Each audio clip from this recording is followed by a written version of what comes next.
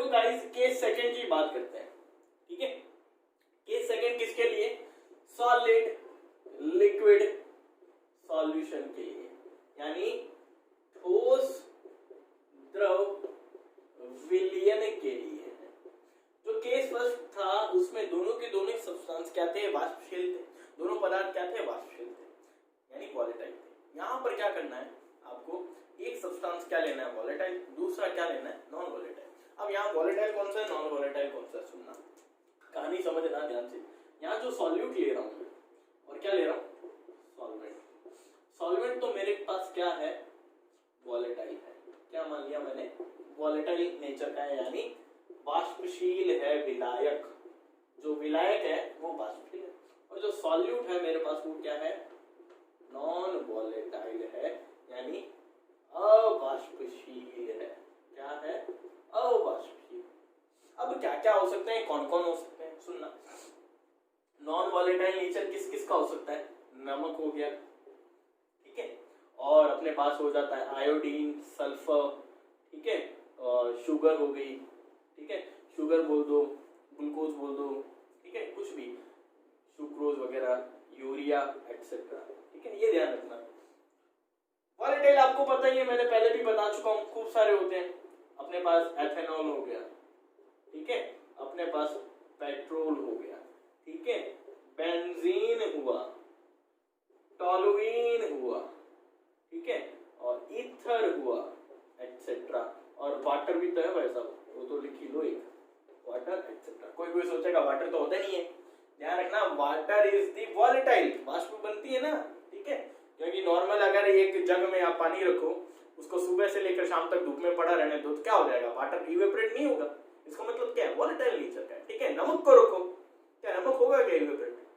वैसा बेटी से लेकर सर का जोड़ लगा लेना, अगर इवेपोरेट होता है तो नहीं होगा, ठीक है। तो ध्यान रखना ये छोटी छोटी बातें। अब क्या करना आपको? एक बीकर लेना, ठीक है, समझना इस चीज को पहले, फिर बात करेंगे। आपको क्या करना है? सब्सटेंस 1 और सब्सटेंस 2, यहां पर ध्यान रखना, सॉल्यूट को मैं 1 नंबर मान रहा हूं, सॉल्वेंट को 2 नंबर मान के चल रहा हूं। आप बुक्स में देखोगे, खूब सारी बुक्स हैं आपके पास, अगर होगी तो आप देखोगे वहां पर कुछ चेंजेस हैं। वो सॉल्यूट को 2 नंबर मानता है, सॉल्वेंट को 1 नंबर, कुछ भी मान के चलो, कंसेप्ट ध्यान होना चाहिए। 1 नंबर 2 नंबर कोई भी कोडिंग लो आप, अपने को कोई फर्क नहीं, अपने को कॉन्सेप्ट पे समझना है। कॉन्सेप्ट क्या है? कॉन्सेप्ट क्या कहता है? कॉन्सेप्ट ये बोलता है कि भाई साहब, अगर आपने कोई सॉल्यूट और कोई solvent, solute 1 number, solvent 2 number लिया मैंने, जब मैं ये डालता हूं तो यहाँ पर एक प्रोसेस होता है। प्रोसेस क्या होता है? इस पूरे सिस्टम के वेपर प्रेशर में क्या आ जाती है? कमी आ जाती है। वो कमी किसकी वजह से आई? जो नॉन वॉलेटाइल सॉल्यूट आपने डाला है, जो अवाष्पशील पदार्थ आपने डाला है, उसकी वजह से इस पूरे सिस्टम में, इस पूरे सॉल्यूशन में क्या हो जाती है? वाष्प दाब में कमी आ जाती है। इसी को अपने को पढ़ना है।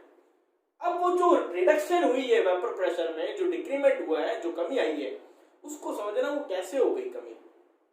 वो कमी इसीलिए हुई, देखो इस सॉल्यूशन में 1 नंबर 2 नंबर दोनों सब्सटेंस है, यानी वॉलेटाइल और नॉन वॉलेटाइल दोनों है। इसकी अगर कहानी में देखो तो यहाँ पर देखो, जब दोनों सब्सटेंस आपस में मिक्सिंग होंगे, यहाँ पर क्या होंगे? मिक्सिंग होंगे, तो सरफेस पर क्या होगा? दोनों सब्सटेंस के पार्टिकल्स, दोनों सब्सटेंस के मॉलिक्यूल, अणु प्रेजेंट होंगे। मैंने मान लिया ये 1 नंबर, ये 2 नंबर, 1 नंबर 2 नंबर, 1 नंबर और ये 2 नंबर। अब होगा क्या?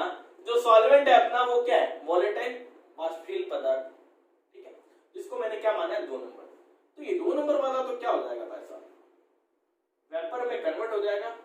ये वेपर बना ली इसने, किसने? 2 नंबर में।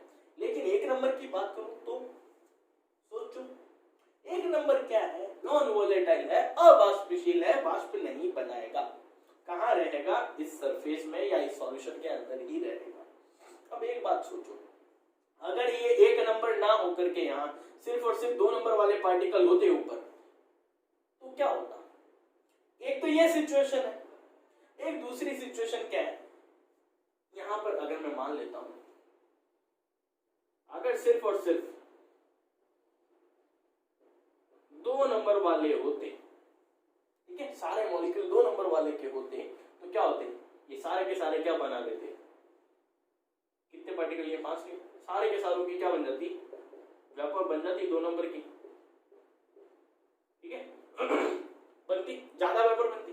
लेकिन यहाँ पर क्या हुआ है, कम वेपर बनी। देखो 3 ही वेपर के पार्टिकल लिए हैं और यहाँ पर मैंने क्या लिए 5 पार्टिकल। ये 5 पार्टिकल कब आए, कारण क्या है 5 पार्टिकल के आने का, क्योंकि इसमें 1 नंबर पार्टिकल नहीं है, क्योंकि इसमें 1 नंबर जो पार्टिकल नहीं। अब 1 नंबर का नेचर क्या है, नॉन वॉलेटाइल है। तो मैं बोल सकता हूं जब नॉन वॉलेटाइल सब्सटेंस किसी सॉल्यूशन में नहीं होगा तो वेपर प्रेशर उस सब्सटेंस का क्या होगा, ज्यादा होगा। क्या होगा, ज्यादा होगा। क्यों, क्योंकि number of particles of vapour, vapour की जो मॉलिक्यूल्स है वो क्या होंगी, ज्यादा होगी। जब वेपर की मॉलिक्यूल्स ज्यादा होगी तो पार्शियल प्रेशर भी जनरेट होगा। जब पार्शियल प्रेशर ज्यादा जनरेट होगा तो सिस्टम का वेपर प्रेशर क्या होगा, ज्यादा होगा। आई बात समझ में। दूसरी बात, यहां पर हुआ क्या है, यहां पर मैंने 1 नंबर पार्टिकल जो नॉन वॉलेटाइल है वो डाल दिया। जैसे ही मैंने यहां वो डाल दिया तो इस सरफेस पे 1 नंबर वाले पार्टिकल भी होंगे तो पूरे सॉल्यूशन में। लेकिन इस सरफेस की बात कर रहा हूं तो मैंने एग्जांपल के तौर पे माना कि भाई साहब 3 पार्टिकल तो किसके हैं, वॉलेटाइल के, और 3 ही किसके हैं, नॉन वॉलेटाइल के। अगर ये 3 वॉलेटाइल है तो ये तो क्या हो गए, वेपर में कन्वर्ट हो गए। जो 2 नंबर वाले थे, जो वाष्पशील थे प्रकृति में, वो तो क्या हो गए, वाष्प बना ली। जब इन्होंने वाष्प बना ली तो नीचे कौन रह गए, यहाँ पर 1 नंबर वाले। अब जैसे ही 2 नंबर वाले यहाँ से उड़े यानी वाष्प में कन्वर्ट हुए तो नीचे वाले दूसरे 2 नंबर के यहाँ आएंगे और क्या हो जाएंगे, वाष्पित होंगे। तो हो क्या रहा है यहाँ पर, अगर मैं देखूं, अगर 1 नंबर वाला पार्टिकल नहीं होता तो यहाँ पर कौन होता, 2 नंबर वाला पार्टिकल। तो यहाँ पर वेपर की संख्या, वेपर के पार्टिकल की संख्या बोलूं वो क्या होती, ज्यादा होती। क्या होती, ज्यादा होती। अगर वेपर के पार्टिकल की संख्या ज्यादा होती तो वेपर प्रेशर भी क्या होता, ज्यादा। लेकिन यहाँ पर हुआ क्या, ये 1 नंबर के पार्टिकल की वजह से इसने क्या किया, हम तो भाई साहब आप वेपर प्रेशर अप्लाई नहीं करते। तो क्या हो गया, इसके लिए कहानी बहुत सटीक बैठी इसके लिए कि हम तो डूबे सनम, साथ में तुझे भी लेके डूबेंगे। ये बेचारा तो क्या हो रहा था, पार्शियल प्रेशर अप्लाई कर रहा था वेपर बन के, और वेपर प्रेशर भी क्या हो रहा था इसका, अच्छा था।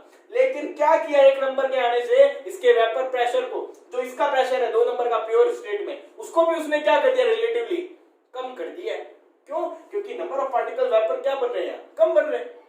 तो यहां पर मैंने बोल सकता हूं एक बात, जब non volatile substance as a solute किसी वॉलेटाइल सब्सटेंस में मिक्स होता है तो उसके वेपर प्रेशर में क्या आ जाती है, कमी आ जाती है।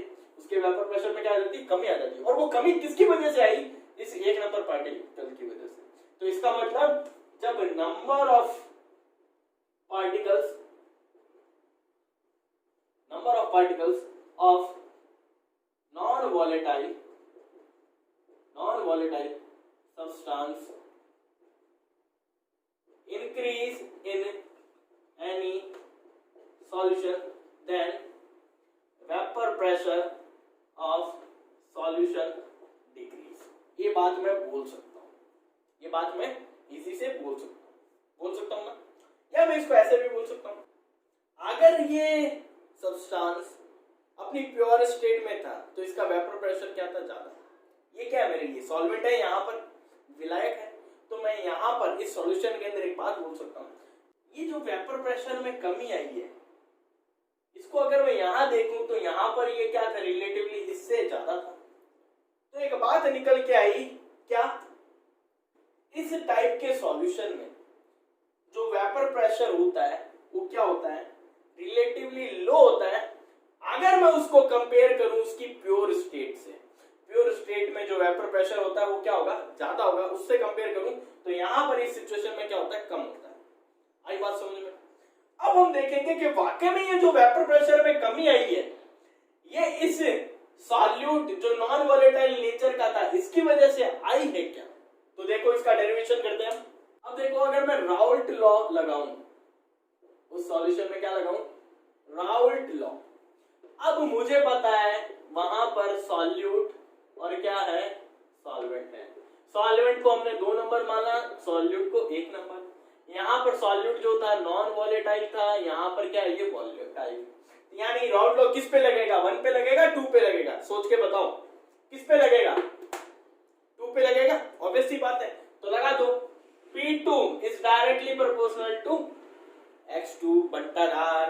फिर P2 equals to P02 X2। आई बात समझ में? यहाँ पर X2 की वैल्यू को देखो, X1 प्लस X2 क्या होता है, मोल फ्रैक्शन का सम 1 के इक्वल होता है। यहाँ से X2 की वैल्यू निकालूं, क्या आएगी 1 माइनस X1। पुट अप करो, जैसे ही मैं ये यहाँ पुट अप करूंगा P2 1 माइनस X1, अब जैसे ही 1 माइनस X1 लिखा, मल्टीप्लाई करवाओ P02 माइनस P02 X1 आया। आई बात समझ में? अब यहां पर देखो, तो अब इसका वही ट्रांसफर करना है, तो मैं इसको यहां लिखूं, P02 को मैंने इधर भेजा, ये इधर माइनस का है, P02 X1 माइनस का है, इधर आगे क्या हो जाएगा प्लस का, ये P02 X1। आई बात समझ में? ये P2 क्या है, प्लस का, ये इधर जाके क्या हो जाएगा माइनस का, ये क्या हो जाएगा P02 माइनस P2। आई बात समझ में?